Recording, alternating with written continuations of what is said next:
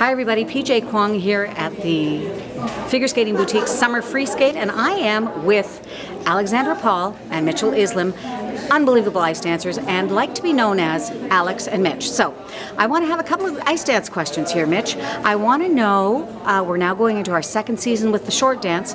What did you like last year? What are you improving on this year? What do you think about the short dance overall? Yeah, well, it's definitely been interesting for us. I mean, last year was obviously a big change for anyone who's an ice dancer.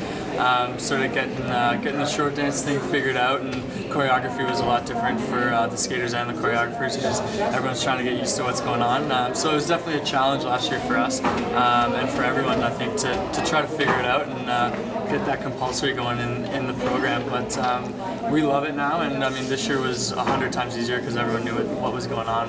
Choreography was a breeze, and so far we really like our program this year, so we love the short dance, definitely, for sure. So Alex, what I want to find out from you is, it was a very long season last year, and you guys were the alternates to go to the World Championships, so I want to find out, when did last year's season end, when did this year's season start, and what are your goals and what are the challenges? Well, for us, last year's season ended when Worlds happened. We were training right up to it, not really knowing what was happening. And as alternates, you never know what could happen with any team, so we were training. And for this season, our goal is to not be an alternate ever again. We want to medal at nationals again. We want to be top 10 at Worlds. We want to get to Worlds this year. We want to go to 4 continents. Sky's the limit. Yeah. Sky's the limit. We're ambitious. Good for you for the ambition. That's absolutely sensational. So both of you started out your careers just on the ice by yourselves. So I want to know how you feel about ice dance, if you could describe that for me. So Mitch, you get to go first.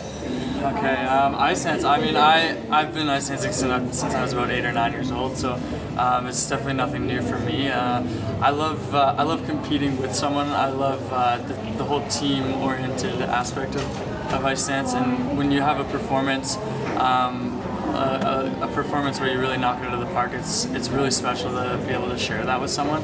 And so I think Alex and I have really been fortunate to find each other, because we love putting down great performances, and doing it together is definitely one of the best parts about ice dance. What about you, Alex? Definitely everything that Mitch said, but also just training every day with a partner, it makes it more enjoyable, because as a single skater you have yourself, and like it can get kind of boring, I guess, sometimes, but when you have a partner to share it with and to go through the hard times and have someone try to bring you through that, it makes it a lot more fun and interesting. Keeps it interesting. Yeah.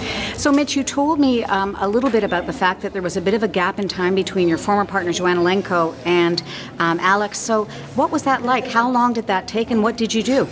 It seemed like forever. I mean, it was definitely a time period where I had to really dig deep and find it in me to see if I still had that motivation to keep going. And I mean, obviously, I'm really happy that I did. But it was nearly a year there, at least a full season where I was off. And every day coming into the rink, I really had to dig deep and, like I said, find that motivation. And at the end of the day, I mean, this just goes to show you that you work hard and you stay motivated, that it can pay off in the end for sure.